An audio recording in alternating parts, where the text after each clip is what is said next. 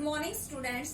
आज जो है हम अपना तीसरा वाक्य पढ़ेंगे। 2 वाक्य मैं आपको करवा चुकी हूँ और मुझे लगता है आपकी समझ में भी आ गए होंगे। देखो तीसरे वाक्य में कवयित्री क्या कहती है, आई सीधी राह से। राह क्या होता है? रास्ता, मार्ग, रास्ता या मार्ग। गई न सीधी राह सुषम सेतु पर। सुषम सेतु में कौन सा अलंकार हो जाएगा? अनुप्रास अलंकार हो जाएगा। सह की आवर्ती के कारण अनुप्रास अलंकार हो जाएगा। ठीक है। सेतु पर खड़ी थी, बीत गया दिन आह। जेब टटोली। जेब टटोली का यहाँ क्या अर्थ होगा? आत्म विश्लेषण करना, आत्म विश्लेषण, अपने बारे में जानना। ठीक है। कोड़ी न पाई। कोड़ी क्या होता है? दाम।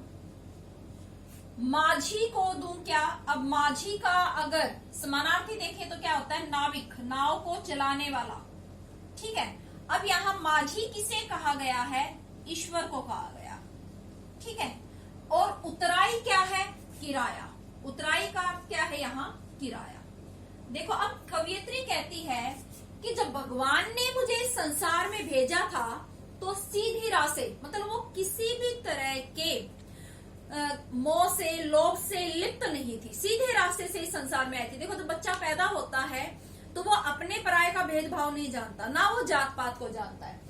लेकिन वो कहती गई ना सीधी राह। जब उसने अपना पूरा जीवन इस संसार में बिता दिया और जब वो यहाँ से विदा हुई तो वो वैसी नहीं थी जैसा भगवान ने इस संसार में भेजा था। उसमें बहुत से अवगुण आ गए थे। वो लोभ, मोह, माया, लालच सबसे ग्रस्त हो चुकी थी। सुषम सेतु पर खड़ी थी। अब यहाँ सुषम सेतु का अर्थ है सुषमना नाड़ी। सुषमना नाड़ी जो आपके पीछे बैकबोन होती है ना, उसको, उसके अंदर जो है 3 जो है गांठ होती हैं, उनको जो है इंगला, पिंगला और डिंगला नाड़ियां बोलते हैं। और जो ऊपर आपके यहाँ बिल्कुल गर्दन के नीचे एक गांठ होती है उसको बोलते हैं सुषुम्ना नाड़ी।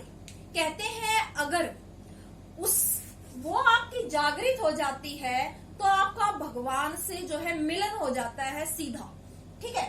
तो कहती है अब उसको जो है कैसे प्राप्त किया जा सकता है? हठ योग के माध्यम से, योग और तपस्या के बल पर। तो कहती है कि वो इस संसार में आकर उस सुषुम्ना नाड़ी रूपी बांध पर खड़ी हो गई। मतलब पूरा जीवन जो है उसने उस नाड़ी को जगाने में व्यतीत कर दिया। बीत गया दिन आह से यहाँ अर्थ एक दिन से नहीं है, बीत गया दिन से आह उसका पूरे जीवन से है कि उसका पूरा जीवन जो है उस हठ योग के माध्यम से उस सुषुम्ना नाड़ी को जागृत करने में बीत गया।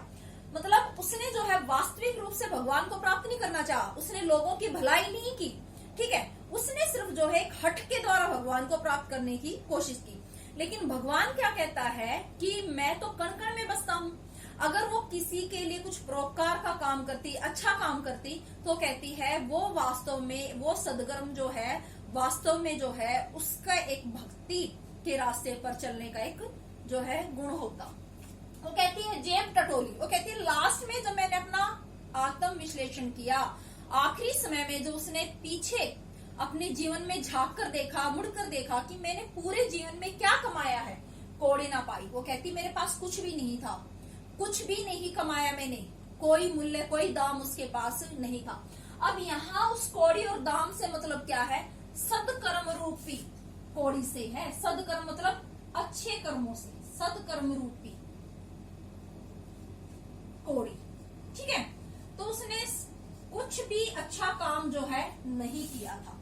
माझी को दूं क्या? उतराई। अब यहाँ क्या उतराई क्या है? क्वेश्चन मार्क, प्रश्न अलंकार है। तो कहती है कि मैं उस ईश्वर रूपी नाविक को किराए के रूप में क्या दूं? क्योंकि इस संसार की यात्रा करवाने वाला कौन था? ईश्वर था। उसने जो हमें इस संसार में भेजा था। जब हमारा वो काम पूरा हो गया जिस उद्देश्य से हम आए थे, जब हम वापस जाते हैं तो ईश्वर हमसे पूछता है कि हमने पूरे जीवन में क्या कमाया। तो वो कहती है कि मेरे पास भगवान को देने के लिए कुछ भी नहीं था, क्योंकि मैंने जो है इस पूरा जीवन जो है ऐसे ही बेकार के कार्यों में बिता दिया। कोई भी अच्छा या परोपकार का काम जो है मैंने इस संसार में आकर नहीं किया।